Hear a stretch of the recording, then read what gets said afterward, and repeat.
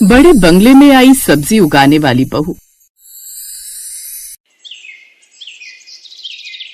शहर के पौष इलाके में फैला एक आलीशान बंगला था महेश्वरी निवास, जिसके चारों ओर ऊंची दीवारें, भीतर फव्वारों से सजा बगीचा, नौकरों की भीड़, महंगी कारों की कतार। इस घर में रहती थी महेश्वरी परिवार की बड़ी बहू अदिति, जो खुद को रॉयल्टी से कम नहीं समझती थी। उनका मेकअप, उनकी अंग्रेजी और उनका सोसाइटी स्टेटस ही उनकी पहचान था। आज उसी घर में नई बहू की दस्तक होने वाली थी, जिसका नाम था गीता, जो कि गाँव की सीधी साधी लड़की। खेती बाड़ी और सब्जी उगाना ही उसका शौक, उसका संस्कार था।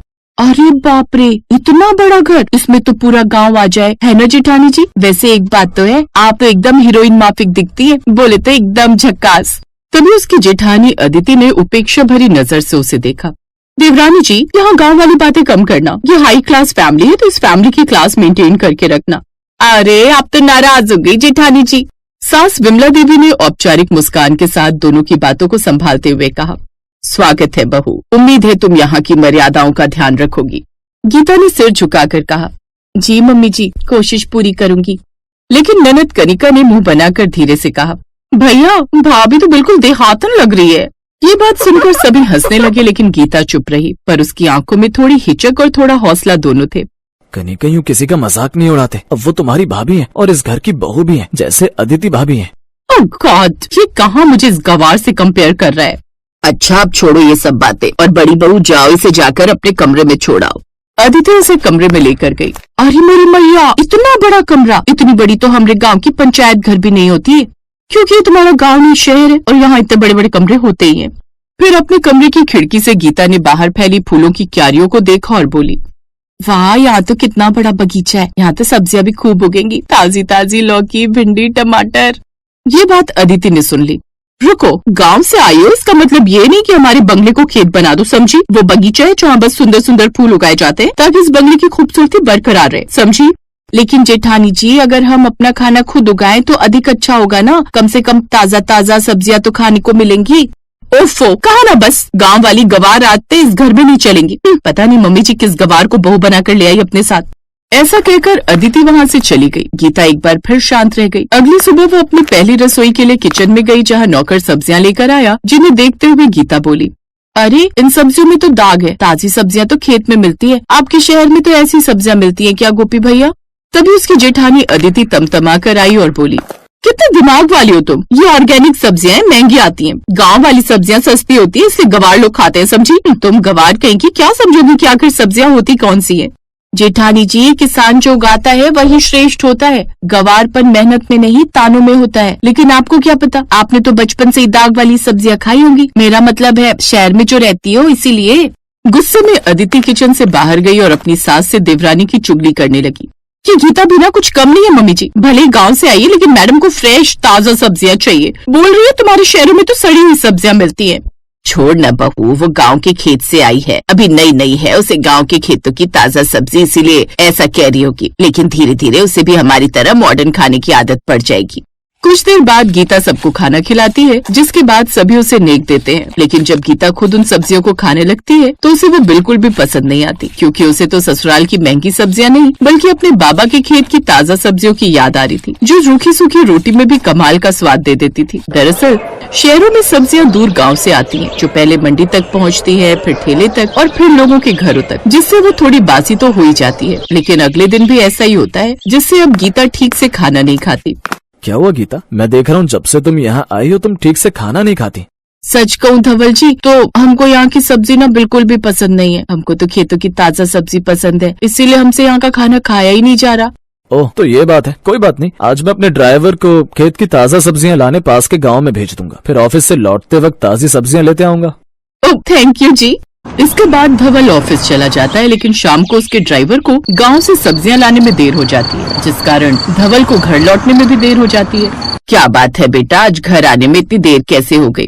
वो मम्मी, आज गीता ने कुछ ताजा सब्जियां मंगवाई थी, जिन्हें खाने का इसका बड़ा मन था, तो मैंने ड्राइवर को वहीं लेने पास के गाँव भेज दिया था, जहाँ से लौटने में देरी हो गई इसे। हे भगवान, इस लड़की का ताजा सब्जियां खाने का भूत अभी तक सर से उतरा नहीं। उसके बाद उसने गांव से आई हुई सब्जियों की mix veg, palak paneer, fry गोभी की सब्जी बनाई, जिसकी खुशबू पूरे बंगले में फैल गई। कुछ देर बाद उसने खाना लगाया तो उसकी खुशबू से सभी बड़े खुश हुए। उसको उस रोज की बनी ताजा सब्जियां बड़ी पसंद आई। वाह, आज तो मजा आ गया। क्या कमाल की सब्जियां बनी है। सच में बड़ा ही स्वाद है इनमें तो। उस रोज गीता को भी सब्जी खाने में अच्छी लगी, लेकिन अब उसे अगले दिन की चिंता सताने लगी। लेकिन फिर उसे अपने बाबा की वो बात याद आई जब उन्होंने कहा था कि बिटिया, अगर तुझे शहर में ताजा सब्जियां नहीं मिली तो मैं तेरे ससुराल तेरे लिए ताजा सब्जियां ले आया करूंगा। यही सोचकर गीता ने रात को अपने पिताजी को गाँव में फोन लगा दिया और उसने ताजा सब्जियां मंगवा ली। अगले दिन उसके पिताजी ताजा सब्जियों का थैला देकर चले गए, लेकिन ये देख आस पड़ोस के लोग बातें बनाने लगे। क्या बात है विमला जी, आप इतने बड़े बंगले की मालकिन है और सब्जियों के दाम क्या थोड़े से बढ़ गए। आप अपनी समधी से गांव से सब्जियां मंगवाने लगी। हद होती है कंजूसी की भी। ये सुनकर वो चुप हो गई, लेकिन उसे बड़ी बेइज्जती महसूस हुई उनके जाने के बाद। खबरदार छोटी बहू, जो आज के बाद तूने अपने पिता से कहकर गाँव से सब्जियां मंगवाई तो मुझसे बुरा कोई नहीं होगा, समझी? जी मम्मी जी। अब आया ना मजा। खुद को बड़ा होशियार समझती थी। अगले 2 दिन तक वो अपने पिता की लाई हुई ताजा सब्जियां खा लेती है, लेकिन इसके बाद वो फिर से थोड़ा थोड़ा खाना ही खाने लगती है। लेकिन अब भी गीता का मन ताजी सब्जियां खाने को ही करता। साथ ही कहीं न कहीं उसके ससुराल वालों को इन कुछ दिनों में ताजा सब्जियां खाने की आदत लग गई थी। एक रोज गीता अकेले में पिछवाड़े वाले खाली हिस्से को देखती है। काश यहाँ मैं कुछ बीज बो दूं ताकि मुझे यहीं अपने बंगले में ताजा सब्जियां खाने को मिल जाए। फिर उसने चुपचाप मिट्टी को तैयार करना शुरू किया। अरे देखो, गवार भाभी तो खुदाई करने लग गई। कहीं गाय भी बनवा लेंगी क्या? लेकिन गीता ने मुस्कुराकर जवाब दिया, गाय से घर में समृद्धि आती है ननद जी, उनका मजाक मत उड़ाइए। ये सब देख सास गुस्से में बोली, गीता, ये सब बंगले की शोभा के खिलाफ है। माँ जी, सब्जी उगाना तो भगवान का काम है, घर में सेहत आएगी। ओह, मैं जानती थी गवार एक दिन ऐसा जरूर कुछ करेगी। अब तो पता नहीं क्या होगा इस बंगले का। फिर सास ने कुछ नहीं कहा, वो तो बस वहाँ से चली गई। अदिति को गीता की मेहनत खटकने लगी। एक शाम, मेरी देवरानी तो सच में गवार है, मिट्टी में हाथ डालकर काम करती रहती है। सोसाइटी में लोग उसका मजाक उड़ाएंगे। दोस्तों ने हंसते हुए कहा, oh my God, real farmer देवरानी। गीता ये सब सुन रही थी। उसके मन में दर्द तो हुआ, पर उसने ठान लिया, वे मजाक करेंगे लेकिन मैं मेहनत करूंगी। अब वो रोज उनकी देखभाल करती। फिर 1 महीने बाद छोटे छोटे पौधों ने हरी चादर बिछा दी। टमाटर, धनिया, मेथी, लौकी और करेला सब उगने लगे। एक दिन बारिश हुई, सब्जियों की फसल तैयार थी। गीता ने उसी से लजीज व्यंजन बनाए। शाम को परिवार खाने पर बैठा। पहला कॉल लेते ही ननद बोली, वाह भाभी, क्या स्वाद है, बाजार से ऐसी सब्जी कहाँ मिली? अदिति चुप थी, पर स्वाद उसने भी महसूस किया। फिर धीरे धीरे सभी उसकी तारीफ करने लगे। फिर एक रोज उनके यहाँ कुछ मेहमान आए। उनके लिए ताजी उगाई हुई सब्जियों के स्नैक्स और सलाद परोसे गए। सभी चकित हो उठे। साथ ही खाने में भी फ्रेश सब्जियां ही परोसी गई, जो कि सबको बड़ी पसंद आई। ये तो बहुत फ्रेश है। कौन सा ऑर्गेनिक स्टोर है आपका? विमला देवी गर्व से बोली, हमारी बहू ने अपने हाथों से उगाया है। ये सुनकर चारों तरफ तालियां बज गई। अदिति का सिर झुक गया। उसे समझ आ गया कि असली शान मिट्टी से मिलती है, मेकअप से नहीं। अब वो भी अपनी देवरानी की सब्जियां उगाने में मदद करने लगी। इसके बाद सभी को घर में ताजा ताजा सब्जियां मिलने लगी। फिर एक रोज महेश्वरी निवास में अब सब्जी और फूलों की मिश्रित खेती होने लगी। आसपास के लोग घर को ग्रीन बंगला कहने लगे।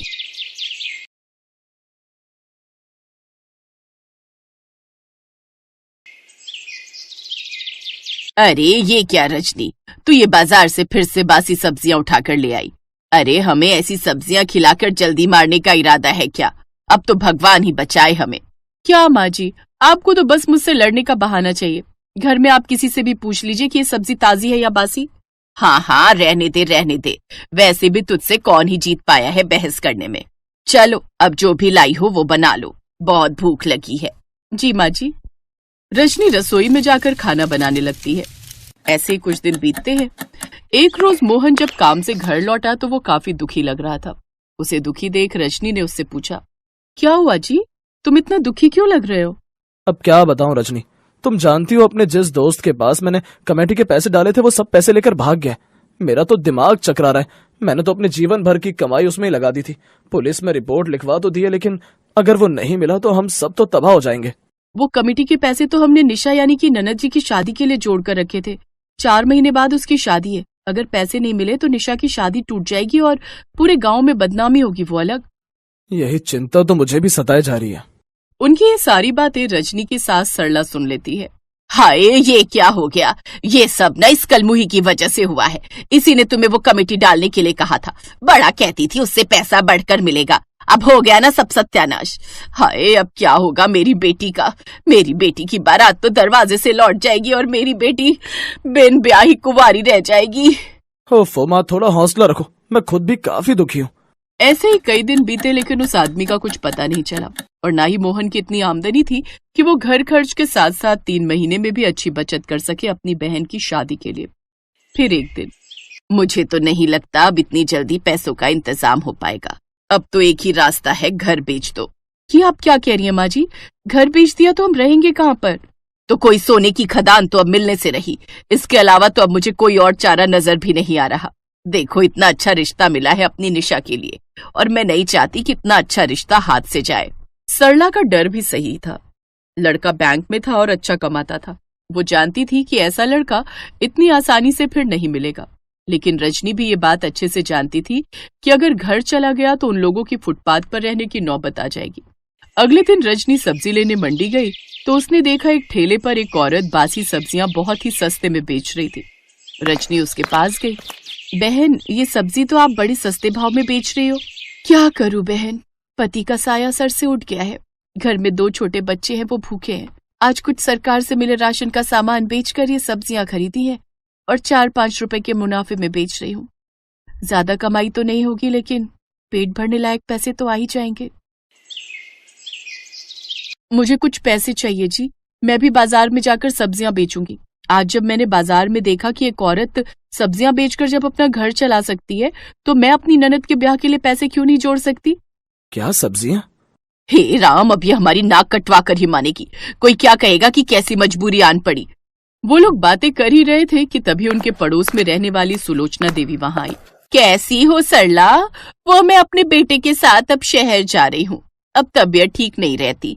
मैंने अपने खेत में कुछ सब्जियां उगाई थी, लेकिन अभी वो छोटी छोटी हैं। इसलिए मैं चाहती हूँ कि रजनी उनकी देखभाल करे और उन्हें बेचकर अपना काम शुरू करे। अब हम तो शहर में रहेंगे, इसलिए पीछे से खेत बंजर ना हो जाए, इसलिए तुम लोग उस पर तब तक कुछ न कुछ खेती कर लेना। रजनी को तो मानो कोई मन की मुराद पूरी हो गई हो। उसने अब सुलोचना के खेत में सब्जियों को पानी देना शुरू किया। फिर 2 दिन बाद एक पुराना सा ठेला लेकर उस पर वो ताजी सब्जियां लेकर बाजार में निकल पड़ी। आइए आइए, ताजी ताजी सब्जियां लेकर जाइए, आइए आइए।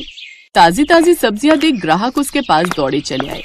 अरे वाह बहन जी, तुम्हारी सब्जियां तो बहुत ही ताजी और हरी भरी है। वैसे सरसों, पालक और गोभी किस भाव में दिया? आज हमारे काम का पहला दिन है, इसलिए आज सभी सब्जियों का दाम सिर्फ 30 रुपए किलो है। अरे वाह, सिर्फ 30 रुपए किलो? फिर तो मैं सारी सब्जियां खरीद लूंगी। पहले ही दिन उसकी अच्छी खासी कमाई हो गई। उसका खिलता चेहरा देख उसकी सास ने उसे ताना मारते हुए कहा, क्या बात है, आज तो ऐसे खुश हो रही है जैसे कोई खजाना हाथ लग गया हो। और इतनी जल्दी क्यों लौट आई? लगता है तेरी सारी सब्जियां बिक गई। हाँ माँ जी, सब सब्जियां बिक गई। अब आप देखना, निशा की शादी बड़े धूमधाम से होगी। अभी 2.5 महीने ही बचे हैं अपने पास। देखती हूँ तू कितना कमा लेगी। माँ जी, निशा की शादी पर कोई आंच ना आए, इसकी जिम्मेदारी हम सबकी है और मैं ऐसा बिल्कुल नहीं होने दूंगी। तभी निशा मुंह लटकाए हुए बाहर आई। ओफो, अब तू क्यों मुंह लटका कर घूम रही है? माँ, सूरज जी का फोन आया था। वो कह रहे थे कि बारात का इंतजाम बढ़िया से होना चाहिए, वो भी किसी एसी वाले होटल में। उनकी इस बात पर मैं कोई जवाब ही नहीं दे पाई। अब उनसे कैसे कहती कि भैया का सारा पैसा लेकर कोई भाग गया है और अब हम अच्छे से बारात का स्वागत नहीं कर पाएंगे। तुम घबराओ नहीं निशा, तुम उनसे कह देना कि बारात का इंतजाम अच्छे से हो जाएगा। वो चुपचाप वहां से चली गई। फिर घर के कामकाज में लगकर वो खेत पर काम करने चली गई।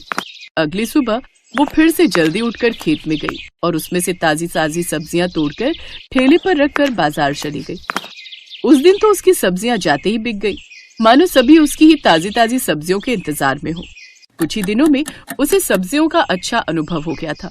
अब उसने सीधा मंडी में सब्जी वालों से कांटेक्ट किया और उनको खेत पर से ही डायरेक्ट ताजी ताजी सब्जियां सप्लाई करने लगी। धीरे धीरे अब उसकी कमाई और भी ज्यादा बढ़ गई। अब उसका सब्जियों का व्यापार बहुत अच्छा चलने लगा और उसे खूब कमाई होने लगी। ऐसे ही 2.5 महीने बीत गए। उन्होंने निशा की शादी का इंतजाम बहुत अच्छे तरीके से किया और खूब धूमधाम से उसकी शादी की।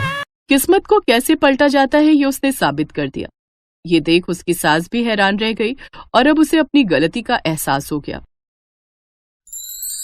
Thanks for watching.